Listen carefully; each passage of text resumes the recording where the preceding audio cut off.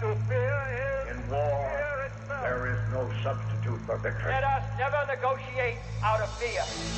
We stand undivided, forever united, fighting hand in hand for the liberty we've earned, for glory and honor, for our sons and daughters, ever mindful of the lessons we've learned.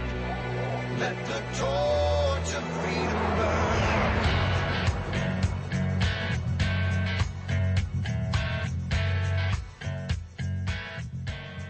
Welcome to the intersection of faith and politics. WallBuilders Live with David Barton and Rick Green. Thanks for joining us today here on WallBuilders Live. Also encourage you to visit our website. That's wallbuilderslive.com and also wallbuilders.com. Lots of great resources there, and you can also find out about local stations we're on in your area. And also you can get archives of our program. So if you missed the last few shows or even the last few months of shows, you can go right there to wallbuilderslive.com, click on archives, and pull up some of those shows, especially those Good News Fridays. If you need a little encouragement, listen to some of those Good News Fridays. Today we're going to actually hear a presentation from David Barton that he gave at our Legislators Conference. You've often heard the expression Judeo-Christian values here in America. He's going to explain that in his presentation, America, Jews, and Christians, here on WallBuilders Live. Here we are with David Barton. Some of you knew about Restoring Courage event in Israel, and it was really as a preemptive strike. Glenn Beck particularly kind of spearheaded that. Expected the UN, the Durban Conference, et cetera, to come out and say, you know, the real problem with the Middle East, the real reason there isn't peace there is because of Israel. If Israel would go away, everything would be great. And certainly with Obama's plan to go back to the 67 borders, it's almost like saying Israel go away. You reduce a nation the size of New Jersey down to a 9-mile wide strip and then give all the enemy the high ground, try to defend it. You're not going to last very long. So it was a very cool event in the sense that there were some 80 representatives from 80 different nations that came in for that event. It was designed specifically to send a message to the world. There were some 10,000 conferences that met online in places, Sudan, Pakistan, hostile places. We had guys come in, said, I'll come, but you can't let a camera get on me and you can't mention me being here because if so, I'll get killed when I get back home. We talked to a lot of political leaders in Europe, said I want to be there, but if I do, I'll get killed when I get back, if they find out I've been to that event. Same in Africa. So there's a lot of hostility from members of the religion of peace that are out there that don't seem to appreciate people who support Israel. And having said that, I was in Israel with a group and just talked about the long roots that America has with Israel that go back a whole lot longer than Israel's birth as a modern nation in 1948. So what I thought I'd do is share some of that historical background. This is one of the things that we were able to get in the Texas History Standards. So let me just kind of take you into some of the old background of America's relations with Israel, particularly with Jews. We've got organizations now where Jews and Christians stand side by side. You heard from Rabbi Lappin yesterday, the American Association of Jews and Christians, Christians United for Israel. You've heard about that group. These are a lot of groups out there that were Christians and Jews are starting to stand side by side. I think that that's probably one of the best collective allies that Israel has is evangelical Christians. So going back to America, where we can take and look at colonial America, way back at the very beginning. This is before revolutionary America. Colonial America, as I noted on Thursday night, it really is Christian America. Every single one of the 13 charters has a declaration of Christian purpose in it. We came, as you saw, the Mayflower Compact, having undertaken for the glory of God the advancement of the Christian faith, a voyage to plant in the northern parts of Virginia. All of this stuff has a declaration of Christian purpose in it. They all came here with Christian purpose intent. Even secular colonies like Virginia, their number one thing was religion. Way down at the bottom was gold and riches or whatever else. So within Christian America, there's a lot of acknowledgement that this used to be. This is not a term that we can use very comfortably today. This is one of the reasons that people beat the dickens out of me, as I have the audacity to say America is a Christian nation. And in doing that, I'm doing nothing but repeating, grab this. Do you know how many courts have said America is a Christian nation? Not Barton. How many courts have said? Over 300 courts have said that. Now, if I say it, I'm a theocrat. I have decided that homosexuals need to be killed and rebellious children need to be stoned. I'm trying to roll back things where only Christians hold. Are we saying that was the intent of 300 courts when they declared America to be a Christian nation? Are we saying that was the intent of folks like President Woodrow Wilson, who said very simply, he says, America was born a Christian nation. America was born to exemplify that devotion to the elements of righteousness which are derived from the revelations of Holy Scripture. Or you take someone like Nixon, who said, Let us remember that as a Christian nation, we have a charge and a destiny to keep. You can also take Teddy Roosevelt. He said, no candid observer will deny that whatever good there may be in our American civilization is the product of Christianity. He says that belief in Jesus Christ is the very fountainhead of everything that's desirable and praiseworthy in our civilization. You can take Harry Truman, notes Republicans, Democrats, doesn't matter. Harry Truman says this is a Christian nation, and this great country of ours has been demonstrated the fundamental unity of Christianity and democracy. Now, I mean, you got guys like this saying this is a Christian. Are they calling for theocracy? Obviously not. The problem we have today is we've allowed the definition of Christian nation to change over the past 20 years. And we've allowed the left to take that word. Cece was just talking, and the question was just asked about taking the language back. We've allowed that word to be taken. And now for me repeating what founding fathers, what presidents, what courts, what Congresses have said, I get the dickens beat out of me. Now, as Drew was talking earlier, there actually are people who get full-time pay to watch my name appear in any article, and as soon as it does, they will go on blogs and just whack me. I mean, they're paid people that do that. Even on my own Facebook fan page, if my name pops up on the fan page, they'll instantly be up there talking about how wacky and crazy I am and what I believe and whatnot. So that is so that when people Google me, the first 9 things that come up will be negative, and at number 10, they want that reversed. The other side understands how to use technology a lot better than we do, by and large. Nonetheless, this is worth defining. See, the way they define it today, nobody wants a Christian nation. How was it historically defined in such a way that 300 courts used that, 200 Congresses, or 200 laws passed through Congress declaring Christian? I mean, how do we get all that? Let me take you back to Justice David Brewer, who is the guy that in 1892 wrote the decision for a unanimous Supreme Court that said America was a Christian nation. Unanimous, 1890. Now, all sorts of other decisions, 1931, 1844, again, 300 court decisions, I'll show you. But this was cool because when he did it, he took the time to say, I think people have forgotten what it means to be a Christian nation. Look what he said. He said, we constantly speak of this republic as a Christian nation. In fact, as the leading Christian nation of the world. He says, now, in what sense can it be called a Christian nation? He says, not in the sense that Christianity is the established religion or that the people are in any manner compelled to support it. That's the first whack about the left. They think that's what a Christian nation is. That's not it. He continues, neither is it Christian in the sense that all of its citizens are either in fact or name Christians. So it's never been homogeneous. Christian nation doesn't mean everybody's a Christian or you have to be a Christian. He continues, on the contrary, all religions have free scope within our borders. Numbers of our people profess other religions and many reject all. Nor is it Christian in the sense that a profession of Christianity is a condition of holding office or essential to recognition either politically or socially. Doesn't sound theocratic. And by the way, to have a theocratic nation, you got to get rid of the Constitution. And, that's a strange thing. I'm probably one of the leading voices out there on getting the Constitution as the basis of government. So how can you be theocratic and promote a Constitution? You can't. But they don't think about that. They love to throw out pejoratives and make you ashamed or afraid to say certain things. You get accused of being anti-Semitic or you're racist or you're a homophobe or an Islamophobe or whatever. So titles like that. He says it doesn't require that. Look what else he says. Nevertheless, we constantly speak of this republic as a Christian nation. In fact, as the leading Christian nation of the world. America is most justly called a Christian nation because Christianity has so largely shaped and molded it. That's the definition of Christianity. This is David Barton with another moment from America's history. Often today, it seems that the federal government has become too intrusive into local matters, and federal micromanagement has now unfortunately become the norm in education, law enforcement, religious expressions, and even on what is and is not moral. Strikingly, the Founding Fathers had intended that the federal government never intrude into any of these issues. As Thomas Jefferson explained, taking from the states the moral rule of their citizens and subordinating it to the federal government would break up the foundations of the Union. I believe the states can best govern our home concerns and the federal government our foreign ones. According to Thomas Jefferson, the original plan was for the federal government to direct foreign affairs, but for the states and local communities to direct the domestic and the moral ones. For more information on God's hand in American history, contact WallBuilders at 1-800-8-REBUILD. Let the torch of freedom burn.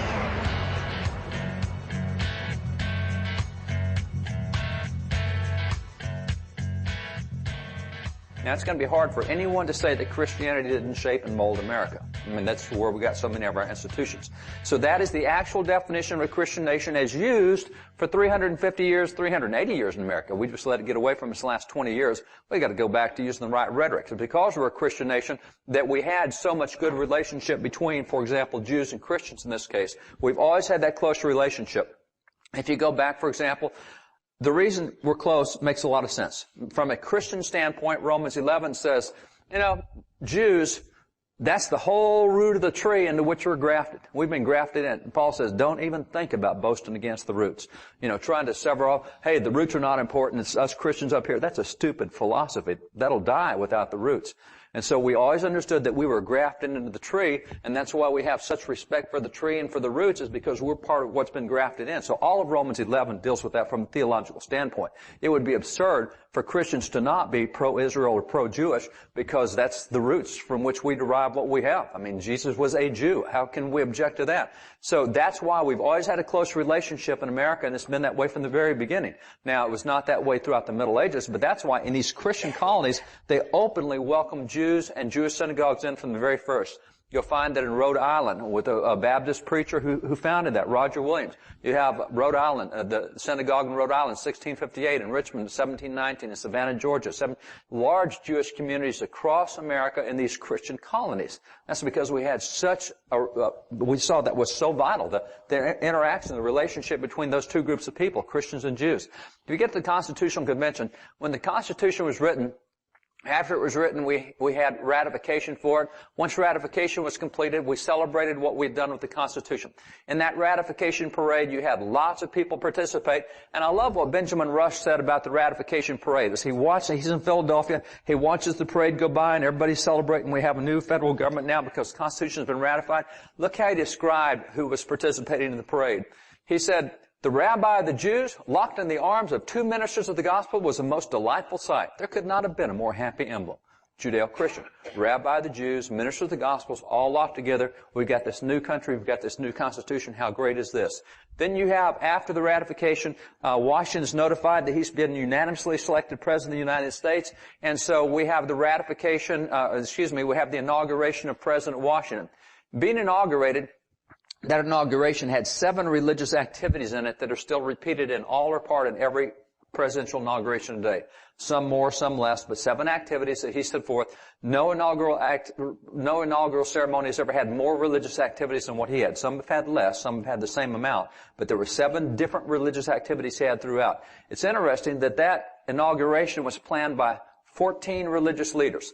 In his inauguration, those 14 religious leaders are made up of both rabbis and preachers. Again, we had this Judeo-Christian connection from the very beginning. It was that way at the time of the ratification of the Constitution. We were always considered allies, side by side, hand in hand, as Washington's inaugurated president. You see the same thing with specific founding fathers. For example, when you look at Elias Boudinot, who's the president of Congress, he was actually George Washington's boss in the Revolution, the guy who signed the peace treaty in the Revolution. I don't know why it is, but Jews have always been a target. They've always had a bullseye on their backs, from forever. And they were being persecuted heavily even in a time when they didn't have a nation. And so Elias Boudinot took his own wealth, and he was not a wealthy man, but he took the money he had. He created an organization called Society for the Amelioration of the State of the Jews. And he would find persecuted Jews anywhere in Europe, anywhere in the world, he could find them and bring them to America so they could live in freedom and liberty. And as he said, he's a very evangelical Christian. He made personal provision to bring persecuted Jews to America where they could have what he said, an asylum of safety, and have the opportunity, if they wanted to inquire into Christianity without fear or terror. This is not like Middle Ages Europe, where no, we're Christians, we'll kill you. I think a lot of Christians don't know how bad the history of Christianity is toward Jews particularly. But if you walk, for example, along the Western Wall, go down in the tunnels, you'll find that synagogue down there where during the Crusades, the Christian Crusaders drew several hundred Jews in there, boarded up the synagogue, and burned every one of them alive. Now, Jews know that a whole lot better than Christians do. But see, this is the difference. America's different. We're not doing what they did in Europe. You can come here, you can hear Christianity if you want to, but whatever it is, it's going to be without any kind of fear or terror. You have an asylum for liberty, and that's the free speech aspect of America. 77% of Americans claim to be Christian. You live here, you're probably going to hear about Christianity, but there's no coercion that goes with it. It's always been that way in Christian America. You have this man, John Witherspoon, signer of the Declaration, president of Princeton University. When he did the first family Bible in 1791, the introduction to that Bible, he has a section about the contribution of Jews and how the Christians so benefited from that. This is one of the things he says in that Bible. He says, to the Jews were first committed the care of the sacred writings. Yet the providence of God was particularly manifest in their preservation and purity. Now, remember the providence of God being manifest in their preservation and purity. He said the Jews were so faithful to their important trust.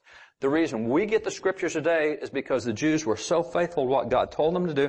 And I love being in Israel and seeing the Shrine of the Book. Shrine of the Book is where they have a lot of the Dead Sea Scrolls displayed that were found. And particularly in the center is the scroll of Isaiah. What's interesting about Isaiah is this Dead Sea Scroll is 2,000 years old. If you'll take this from 2,000 years ago and compare it to the book of Isaiah today, nothing different. Now, a couple little fly specks here and there that are different, a couple of commas different. How can you make 2,000 years of handwritten translation from one sheepskin to another and not make errors in that thing? Because the Jews were faithful in that trust. God gave them the Scripture. They passed it on accurately for thousands of years. That's why we get the benefit of it today.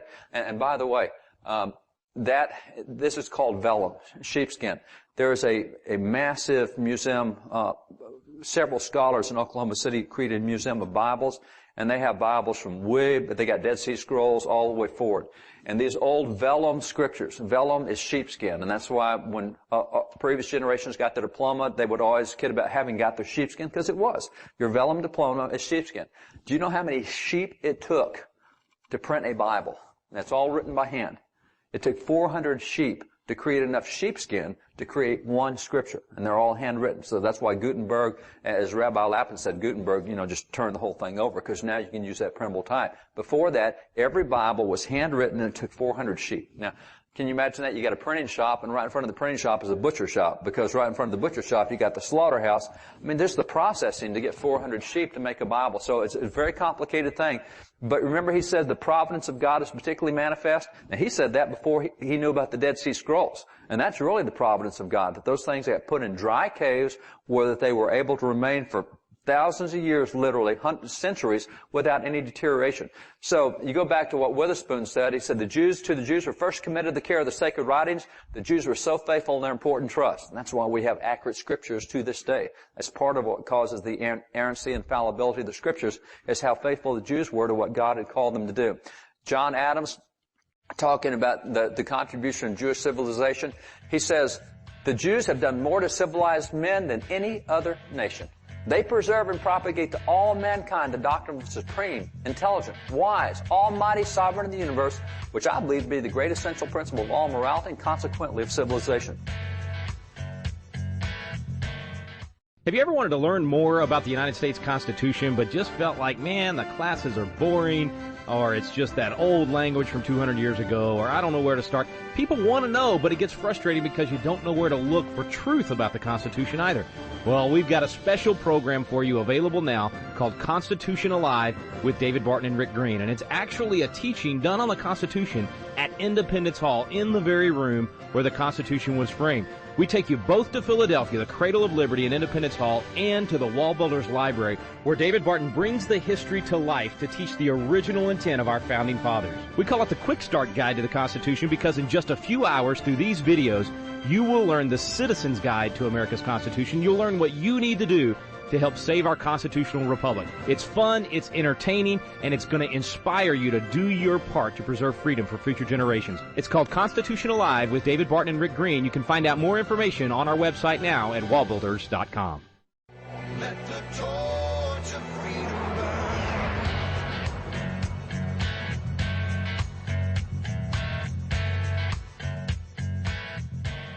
Remember, Rabbi Lappin's talking about civilization. Where it comes from comes out of the Bible. Exactly. John Adams agrees with Rabbi Lappin that it comes out of the Bible, and that's one of the great things we derive from the Jewish nation, from Israel, from Jewish civilization. So all these founding fathers were very outspoken in favor of relationships with the Jews. That's why they had such good relationships. But if you go past colonial America and get into the time of the American Revolution, it is amazing how many of the founding fathers were themselves Jewish. You may have heard of Chaim Solomon. He is the one that generally will appear in textbooks today because Chaim Solomon is called the financier of the American Revolution. Without his effort, we wouldn't have had a revolution. If you go to the financial district in Chicago and go down in the business section there in the financial district, you will find this statue there. It's George Washington. On one side is Robert Morris. On the other side is Chaim Solomon. They're the two guys that came up because nobody was lending money to America back then. Nobody thought America could whip the world's greatest military power. So how do you keep your army in the field for 3 years when nobody lends you money? You have two guys that came up with the funds to keep the army in the field. And it's cool that Washington holding the hand of a Jew, holding the hand of a Christian, those were the guys who kept the revolution going until we finally won enough battles, Saratoga, elsewhere, to get funding from Holland and France, etc. So Chaim Solomon, a great guy, but there's a ton of others that are out there as well. This happens to be a picture that was done early on, but Mordecai Sheftel is the patriot leader of all the patriot forces in Georgia. This happens to be the British trying to find him because they wanted to kill him because he's the guy heading all the patriot forces in Georgia. So you have, by and large, a Christian army in Georgia headed by a Jewish patriot, but that was the way America was. You have Colonel Isaac Franks, who was a synagogue leader. His brother, Colonel David Franks. Both of these guys were colonels under Washington, both Jewish leaders. You also have Francis Salvador, who happens to be the first Jew killed in the American Revolution. Now, all these guys are officers. And we had a ton of other officers who were also Jewish officers as well. As you look particularly at Jewish officers, you have these guys. A lot of the officers were even synagogue leaders, not just Jewish leaders, but synagogue leaders. So there's always been this close connection. Even the American Revolution rarely gets talked about today. But as you go past the American Revolution, you can actually get into some spiritual efforts because it was in 1790 through 1794 that Thomas Paine came out with the Age of Reason. The Age of Reason attacked the Bible, just called it ridiculous.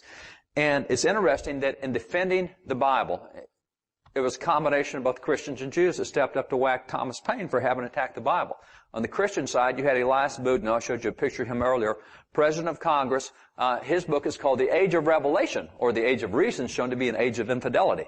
Now, he was also not only the President of Congress, he was the guy who was the first president ever of the American Bible Society. So he's very outspoken. He's considered a theologian. He knows the Scriptures. And then on the Jewish side, you had David Levy, who, same thing, defense of the Old Testament. So you got a defense of the New Testament, defense of the Old Testament. These guys go together to whack Thomas Paine. Again, another Judeo-Christian effort that we have going at that point in time. As you move past even spiritual efforts, if you go into political efforts, a great example of that is when you look at the first war on terror, the Barbary Powers War, where we fought against Islamic terrorists. That happens to be Stephen Decatur. That was in Tripoli. Here's another one, Stephen Decatur fighting. So it was tough battles. 4 presidents, 32 years of war against Muslim terrorists, way back at the beginning, from 1784 until 1816, when we finally had sent, well, it was at that time 4 military expeditions to the same area where we're fighting right now. 4 military expeditions under 2 under Jefferson, 2 under Madison. Finally brought them to the table because we whipped them, and at that point we get a little bit of peace for a while. But significantly, what had happened was the Muslims were attacking Christians and enslaving Christians, and so before we sent the army, it was significant that we sent diplomats to try to negotiate the release of the Christians, because the Muslims say it's our duty to enslave Christians. The Muslim ambassador from Tripoli actually told John Adams and Ben Franklin, the Quran requires this. We're required to fight against you guys and enslave you guys and to make you slaves, and if you won't be slaves, then we'll kill you. So in trying to get the release of some of those Christian slaves, it's interesting that James Madison sent a Jewish diplomat, Mordecai Noah, to negotiate the release of Christian sailors from an extremist Islamic nation. Now, again, there's that Judeo-Christian cooperation again, even in trying to get military guys back home in the middle of military war. So the political efforts, we've had the same thing, this Judeo-Christian heritage that we have. So with all these efforts that we have, political efforts in the American Revolution, we got spiritual efforts, we got all these different efforts that go on. There's blessings that have come because America has been associated with Jews and with Christians from the very beginning. Of course, it makes sense, again, back to Romans 11. We're grafted in. We're part of that tree, or at least that's the Christian belief, is that, we want to participate in those blessings that God has given. And George Washington believed the same thing. This is one of the great letters of George Washington where he's talking to a Jewish group, and he says, "May the same wonder-working deity who long since delivered the Hebrews from their Egyptian oppressors and planted them in the Promised Land," he said, "may that same wonder-working deity whose providential agency has lately been conspicuous in establishing these United States." Not only did he do it back in Egypt, look what he did here in America. The same thing in Egypt, except it was with the British this time. He says, "and may he still continue to water the Hebrews with the dews of heaven and to make the inhabitants of every Christian denomination. Now, he's talking to a Jewish group, but he says, not only do I pray for the Hebrew groups, the Hebrews, that they continue to be blessed, but I pray that the inhabitants of every Christian denomination will participate in the temporal and spiritual blessings of that people whose God is Jehovah. See, there was that connection again, because it goes back to the original covenant, Genesis 12:3, that God told Abraham, hey, I'm going to make a nation out of you. Whoever blesses them, I'll bless them, and whoever curses them, I'll curse them. Real simple stuff. God drew a line and said, I'm going to have a nation. If you side with that nation, I'll bless you. If you oppose that nation, I'm going to take you down. So we understood that theologically 200 years ago, and that's our first president talking about, hey, we as Christians, we want to enjoy the blessings that are coming on the nation of Israel, even though there wasn't a nation back then. They still believed that that people had a covenant. So that's the, if you will, the background of why America has always had this good relation with Israel. Now, it's more strained now than it's ever been in our history. There's no question. Talking to the folks I talked to in Israel, the diplomats from Israel said this is the worst relations they've had with the United States since they've been a nation, since 1848. So that's one of the reasons we wanted to do the Restoring Courage event, was to say, you know, the leadership may be off the reservation, but the rest of us are still with you. And that's the kind of relationship that still needs to exist. I do wish our kids knew more about this Judeo-Christian cooperation, because as a Christian nation, we've always been Judeo-Christian. We've always considered ourselves allies and friends and brothers.